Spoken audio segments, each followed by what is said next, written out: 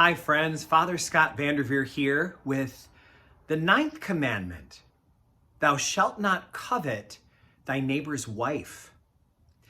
These two commandments, 9 and 10, are about coveting, the desire of yearning for or longing for something that is outside of our grasp.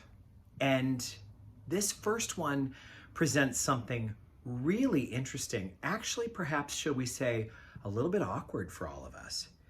Longing after, yearning for someone else's spouse. Well, the first thing we should do at looking at the concept of coveting as a whole is to recognize that coveting involves comparing ourselves to someone else. We can't covet until first we've put our life and someone else's life in the scale, in the balance, to see which life is better. If we're doing that with someone else's spouse or someone else's relationship, we are assuming things about the relationship that they have that we can't really know. We can't really know the inner workings of someone's personal, private relationship details. That's unknowable. I remember having a lot of upset feelings about a friend's divorce. It felt like my two friends were making a big mistake, and I had a lot of feelings about who was at fault and who was more at fault.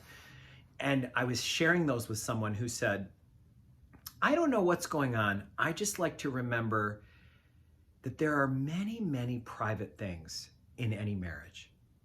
There are many things in any marriage that no one from the outside looking in could understand or know. Never think you know about someone's marriage. There's always more going on than we could ever know.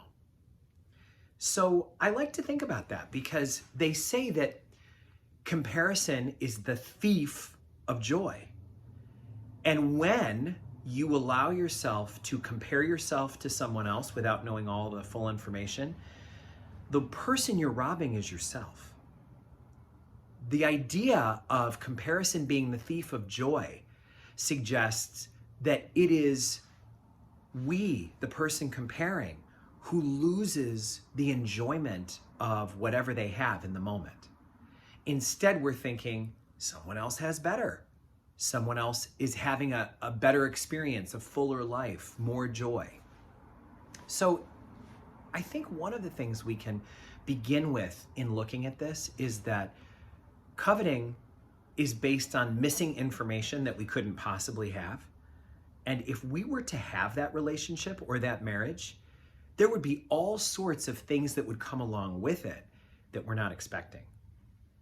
It's kind of like how when you go to the South and grits just come on the side of the dish, here it might be coleslaw, you're gonna get a side with that you may not have been expecting and that may not be what you're in the mood to taste right now. Another thing that I think is really interesting about coveting is the awareness that it puts someone else's life or an aspect of someone else's life on a shelf as if it's available to be perused or considered. You know, like on the shelf of your life, of the store that you're looking at, you see someone else's marriage, someone else's attractive spouse, someone else's relationship. And you think, oh, I think I'll have one of that. Like we're that from a bakery. No, not a sesame. Oh, you're out of poppy seed? All right, maybe in everything then. That objectifies people in a way that is not helpful, and we know from everything that Scripture tells us and Jesus demonstrated is really actually sinful, to treat people like objects instead of like people. It all goes back to that idea that the great psychologist Martin Buber had years and years ago, where he said, we must treat other people as people. He called it treating them as an I and thou relationship. He said, you never treat another person like an I, it. Objects can be it, but people are always thou. We always see each other face to face. We can't let that be something that we believe is for our perusal, for our estimation, for our consumption. It's a hard word, but it's really true. So we're being invited to consider every person we're looking at has a relationship to others that we are maybe temporarily tempted to forget. When we look at someone and say, look at that beautiful woman, we are definitely looking at someone's daughter, first of all. That is someone's daughter. Someone who was raised at a high sacrifice. Someone who was loved deeply. That is someone's daughter. Then there is the issue of that person maybe being someone's mother. They're likely to be someone's sister. They might be someone's wife. Same thing is true with men. You're looking at someone's son. You're looking at someone's potentially father. You're looking at someone's brother. You're looking at someone's godfather or godmother. Understanding those relationships helps us to see that for us to put that person in the balance and say, do I want that? Like it's a deli. Should I take a quarter pound or half a pound? Is it on sale this week? It's losing the I thou and turning it into an I it, which is just by definition, and obviously by that little hand description that I just made up on the spot. It's sinful. It doesn't honor the dignity and the complexity of the human person.